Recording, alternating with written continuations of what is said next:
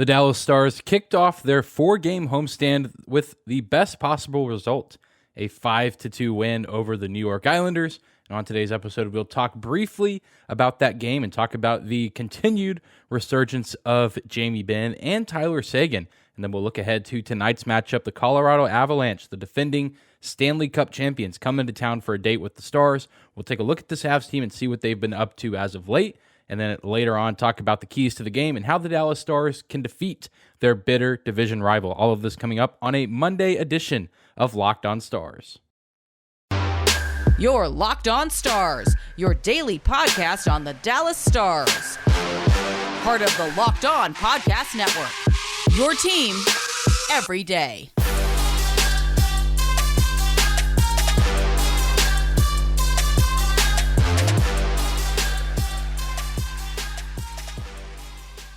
Howdy, Stars fans. Welcome back to the Locked On Stars podcast, the only daily podcast covering the Dallas Stars, part of the Locked On Podcast Network, your team every day. I'm your host, Dane Lewis, your local expert on all things Dallas Stars hockey, coming to you on this Monday, November 21st. And whether this is your first time here or you are a recurring listener, thank you for stopping by and making Locked On Stars your first listen of the day. If you're new to the show, be sure to hit the subscribe button on YouTube. You can also follow us on your favorite podcasting platform and follow us on social media as well at Locked On Stars on both Instagram and Twitter, as well as my personal Twitter account at Dane_Lewis and my personal Instagram account as well, just a D_Lewis as well. Not sure how much longer Twitter will be around or will at least be the same as it has been. So throwing out a little bit more Instagram content these days for the show.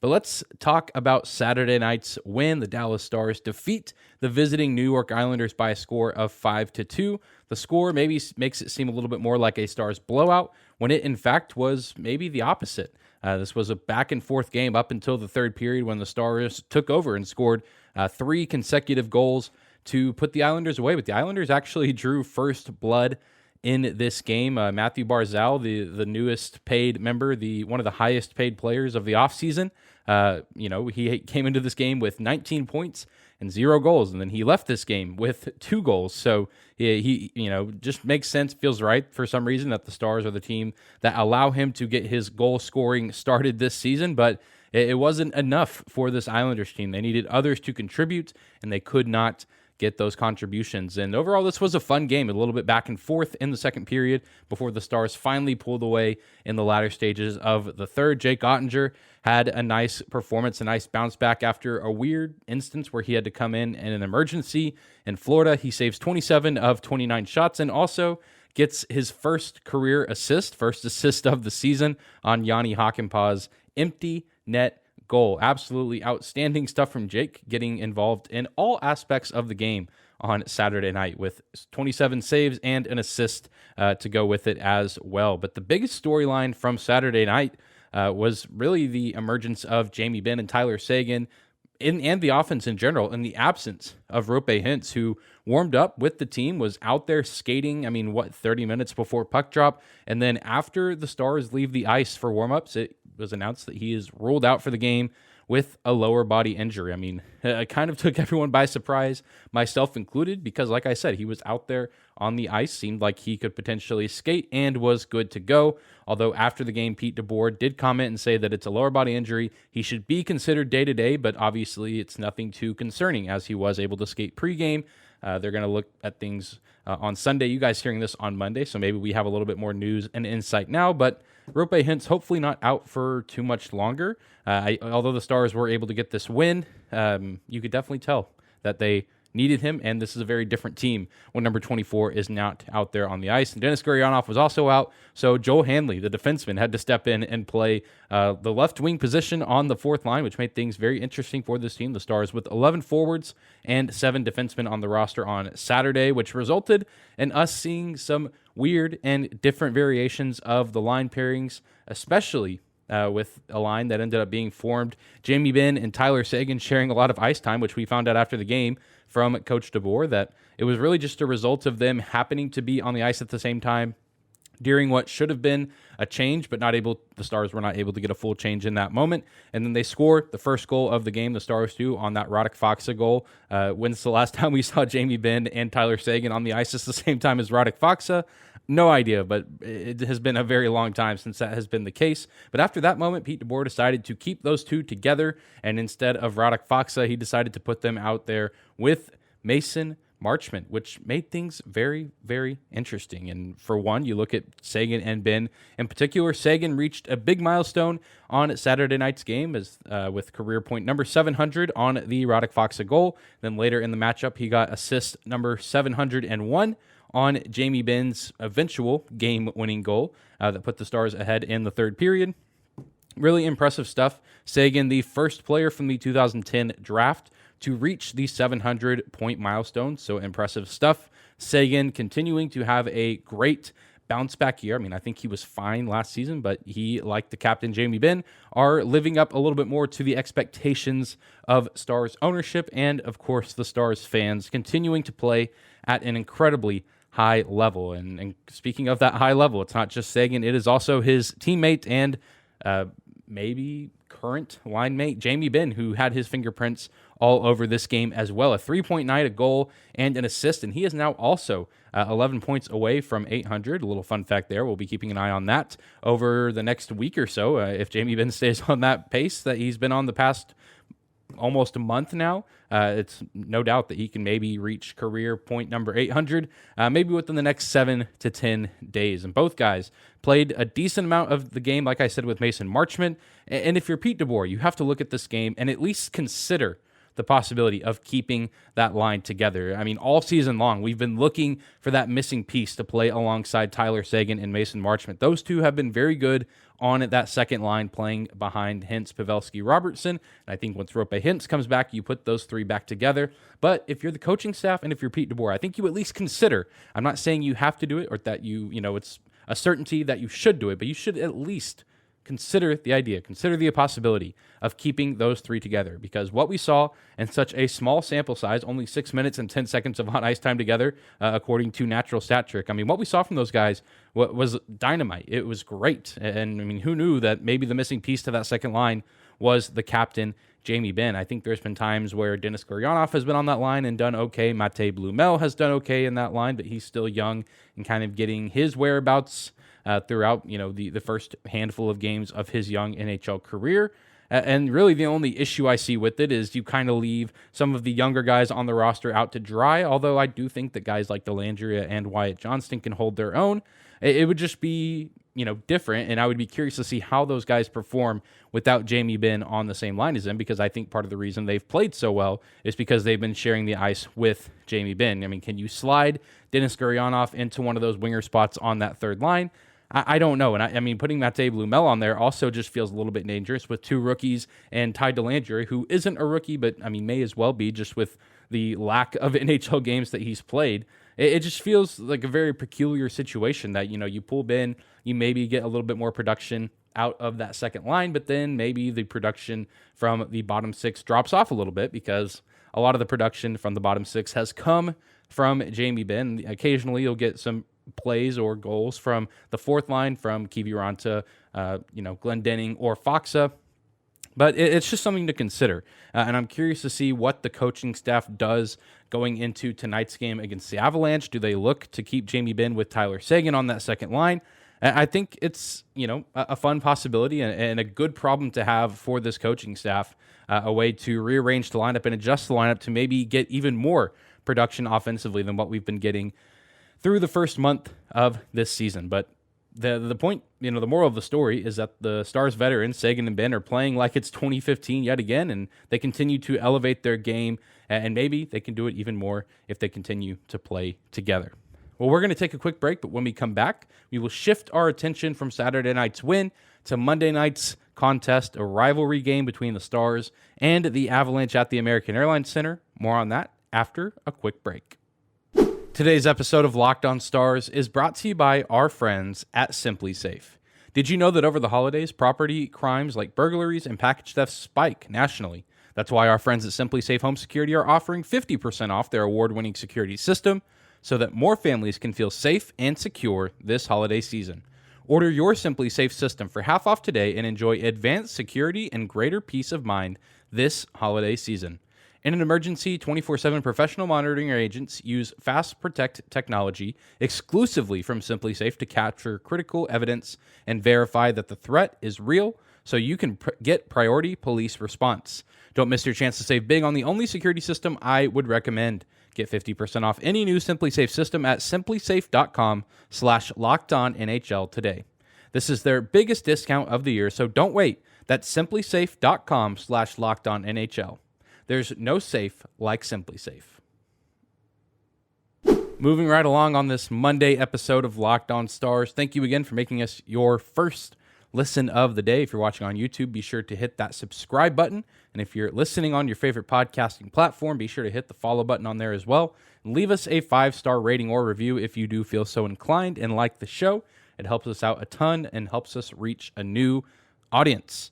And now we get to shift our attention from Saturday night's victory over the New York Islanders to tonight's game. The defending Stanley Cup champion Colorado Avalanche come to town for a game against the Dallas Stars. And the Avalanche coming in with a little bit of momentum of their own, riding a little 2-game winning streak similar to the Stars. The Avalanche coming off a big win on Saturday night as well, a 4-0 shutout of the Washington Capitals, and the Capitals were shut out earlier this season by the Dallas Stars. So it seems like if you want to record a shutout this season, you got to play the Caps. The Caps in a rough place right now with quite a few injuries on that roster, and even though the Washington Capitals were at home on Saturday night, the Avalanche able to take advantage of them being shorthanded, and they get the 4-0 win.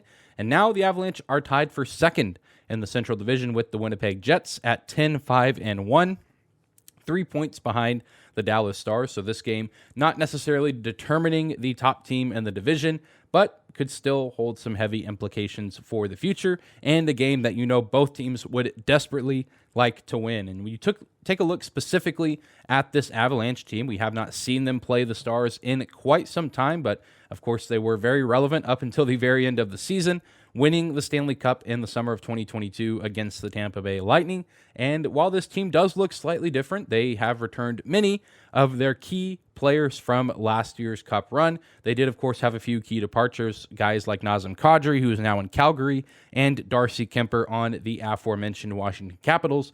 But this roster still has plenty of firepower at their disposal. Nathan MacKinnon, who signed the biggest deal in league history, 5 goals, 21 assists on the season, 26 points in total, leading the entire Avalanche roster. Then you have Mikko Rantanen, the team's leader in goals with 11, also 14 assists to go along with it for 25 total points. And, of course, the Norris Trophy winner, the 2022 Conn Smythe Trophy winner, defenseman Cale Makar with 4 goals, 15 assists, 19 points in total, picking up where he left off from last season. And of course, a few former Dallas Stars on the team. Valeri Nichushkin, who has not played the past several games. I believe he is still on IR with an injury. And of course, Andrew Cogliano on this team as well, former Dallas Star, now Stanley Cup champion with the Colorado Avalanche. And they're also missing their captain, Gabriel Landeskog, who is out, I believe, for quite a few months still with an injury. He has not played yet this season, but the Avalanche seem to still be doing well, despite missing some guys that have left the roster over the summer, and with missing a few players like Nichushkin and Landeskog as well as of late, still doing very well. And part of that is because of the offense, and also they've been getting some pretty solid goaltending. Their go-to guy so far this season has been newcomer Alexander Georgiev from the New York Rangers. He has 11 starts this season in which he's gone 8-2-1 with a 2.45 goals against average and a .930 save percentage. And then you have Pavel Francouz, who was the backup for the team last season, backing up Darcy Kemper. He is the backup again this year. He has started 5 games with a 2-3 record, a 2.42 goals against average, and a .925 save percentage. So similar numbers for both Georgiev and Francouz, but of course Francouz a smaller sample size, but still has done pretty well, all things considered, in his 5 starts this season, getting the team 2 wins and at least putting them in some decent chances to win some games when he has gotten the start. But with the team not having played since Saturday, and with the offensive potential that the Stars have, I imagine we will see Alexander Georgiev in net. And this is not a back-to-back game or the start of a back-to-back for the Avalanche. They get a day off on Tuesday, and they'll return home to face the Canucks on Wednesday. So I bet we will be getting their best goaltender, as I imagine the Stars will be looking to start Jake Oettinger as well. So a best on best should be a highly entertaining goalie matchup tonight at the American Airlines Center. And of course, this a divisional rivalry game. The intensity will already be there. I mean, both of these teams could be at the bottom of the league, and there would still be plenty of physicality and plenty of hatred for each side. But you know that the Stars are going to come into this game with maybe a little bit extra on their shoulder because everyone loves a chance to play the defending champions. There's a target on their back all season long, so you know the Stars would love to get a win over the Avalanche any day of the season, but especially their first meeting since the Avalanche won the Cup. You just know the Stars would love to get this win and maybe get a little bit of revenge. The last time the Avalanche came into Dallas, they got a win, I believe a shutout win, on Super Bowl Sunday before the Stars a few days later would go to Colorado and actually defeat the Avalanche in their building. But nonetheless, you know, the Stars would like to do the opposite of what they did on Super Bowl Sunday earlier this year in 2022 and get some revenge on the Avalanche. And you have to, you know, imagine the Stars also can look at this as an opportunity to continue to establish themselves as the next threat coming from the Central Division. A lot of people, including myself, predicting the Avalanche were going to win this division at the start of the season, which is still a very real possibility, but it's also looking like the Stars are going to be in contention for that as well. And this would be a great opportunity for the Stars to assert their dominance in this division against the team that many people have as the front runner. And, you know, it'd be great for another Central Division team to go on a strong run throughout the majority of the season and postseason because things have been running through the Central Division pretty much since the summer of 2019. The Blues won the title, the Stars won the Western Conference, and were in the Cup final in 2020. And then, of course, in 2022, the Central Division Colorado Avalanche won the Stanley Cup as well. So a lot on the line tonight. Should be a fun, physical, high-scoring affair between the Avalanche and the Stars. Never a dull moment when these two teams get together. Well, we're going to take one more quick break, and when we come back, we will talk about the keys to the game. We'll dive into the special teams numbers and the offensive numbers in general for the Stars and Avalanche right after this. Today's episode of Locked On Stars is also brought to you by our friends at BetOnline.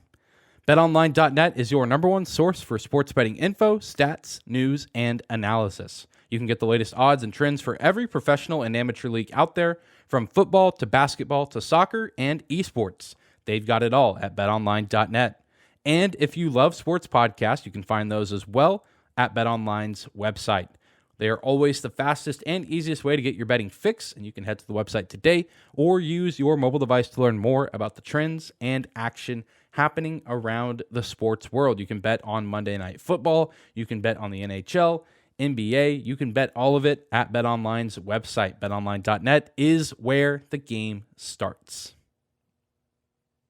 All right, we're closing out this Monday episode of Locked On Stars, talking about tonight's marquee matchup, the Stars and the Avalanche, two of the best teams in the Central Division, two of the best teams in the Western Conference, going head-to-head tonight at the American Airlines Center. And this is going to be a game between two offenses that are in the top half of the NHL in goals for. The Stars currently in second at the time of recording this late Saturday night. The Stars second in goals for. The Avalanche 14th. Not incredible, but still in the top half of the league and can still explode for several goals, 3, 4, 5 goals in a game on any given night. And this game also features two of the best power plays in the league. The Colorado Avalanche actually having the best man advantage in the league at 36.5%, number one in the NHL. The Stars currently sitting around third place with 30.2 on the power play, their percentage there. So a little bit in favor of the Avalanche. They've had one of the best power play units so far this entire season, but the Stars also been right there with them near the best, floating between that third and second spot. It seems to be changing just about every other day. But you look at the penalty kill, and the story is a little bit different. The Stars continue to be one of the best at killing penalties. They currently sit at sixth, killing penalties about 82.7% of the time, where the Colorado Avalanche are ranked 23rd in penalty kill percentage at an even 75. And they're actually a very disciplined team with only 143 penalty minutes. The Stars have 191, which is just under 10th place. I believe it's 11th or 12th in the National Hockey League, which is still crazy to me that the Stars get as many penalties as they do, or at least rack up as many penalty minutes Yet they're not even in the top 10 in penalty minutes recorded. However, they are first in the NHL in times shorthanded at 75. The Avalanche 26th in the NHL in times shorthanded at 56. So that's where things lie a little bit differently. The Avalanche penalty kill numbers might be a little bit lower because they're on the penalty kill considerably less than a team like the Dallas Stars. But even when they are on the kill, they haven't done that great, but they also, I think, make up for it with the best power play, the best man advantage units in the National Hockey League. So this should be an interesting battle of special teams because the Stars have shown historically this season that when they get their looks at the power play, they're able to execute most of the time, at least once or twice a game, but it's not a given in this contest. We don't know if the Stars are going to get many looks at the power play, and if they do, they're going to have to find a way to take advantage of this seemingly kind of mediocre penalty kill unit. Again, I think this Avalanche might be a little bit better than 23rd. I mean, the numbers are, again, lower because they've taken less penalties and are shorthanded less time than most teams in the National Hockey League. But also, they have a great power play, and the Stars take a ton of penalties and are shorthanded a lot. And that is something that they absolutely cannot afford to do in this game. You cannot load the Colorado Avalanche power play. We say it about a lot of teams. We say it going into just about every game. Oh, you can't take penalties. You can't load their power play. But this is a game where if it were ever the most true, that statement, it is this game. You cannot play with fire in this game. You have to be disciplined. You have to avoid the dumb tripping penalties, the dumb extra man on the ice penalties, that like the one we saw on Saturday night. You have to play smart and focused and dialed in. Otherwise, this Avalanche team will burn you with their power play, and it will make it difficult for the Stars to stay competitive in this contest, especially if a guy like Georgiev is on his game in net. This could be a game that gets out of hand for the Stars quickly if they are undisciplined and they allow the Avalanche to have too many opportunities on the power play. And that mixed in with the fact that any of those guys on the roster could explode for goals, even at the 5-on-5, makes this game seem like a daunting challenge. But at the same time, the Stars have their own firepower. Jason Robertson currently riding an 11-game point streak. He'll be looking to keep that rolling in this game, as well as a potential new line of Seguin, Benn, and Marchment. That should be a ton of fun to keep an eye on. And I think this is going to be a great game. Lots of scoring, maybe a few ties and potential lead changes. You have to weather the storm if you're the Dallas Stars and keep your composure. There's maybe going to be times where the Stars are down in this game at least once, if not multiple times, and you have to find a way to overcome adversity and find a way to get back in it, find a way to get a goal to even the score, and then to maybe eventually find some goals to eventually take the lead. And if you hold a small lead, cherish it while you have it, but also defend that lead. Be aggressive on offense and look to build on that lead. This is one of those games where really no lead is safe, even if it's a 2 or 3 goal lead. Both of these teams very capable of scoring in bunches and making a deficit much smaller in a short amount of time. But all in all, I think the Dallas Stars can very well take care of business in this game. I'll go ahead and predict a 5-3 win for the Stars. I think this one's close, but also does feature quite a bit of scoring. And I think that Joe Pavelski will get the scoring started for the Stars. But that's going to do it for today's episode of Locked On Stars. Thank you again for tuning in and making us your first listen of the day. Remember to hit that subscribe button if you're watching on YouTube and the follow button if you're listening on your favorite podcasting platform. We are free and available no matter where or how you may choose to listen. You can also find us on social media at Dane_Lewis is my personal Twitter account, and you can find the show on Twitter and Instagram at Locked On Stars. And be sure to tune in tomorrow for a recap and reaction to this game. We'll be talking about all of it on tomorrow's episode. But I hope you guys have a great day. Enjoy the game. Enjoy your Monday. And we'll see you back here tomorrow.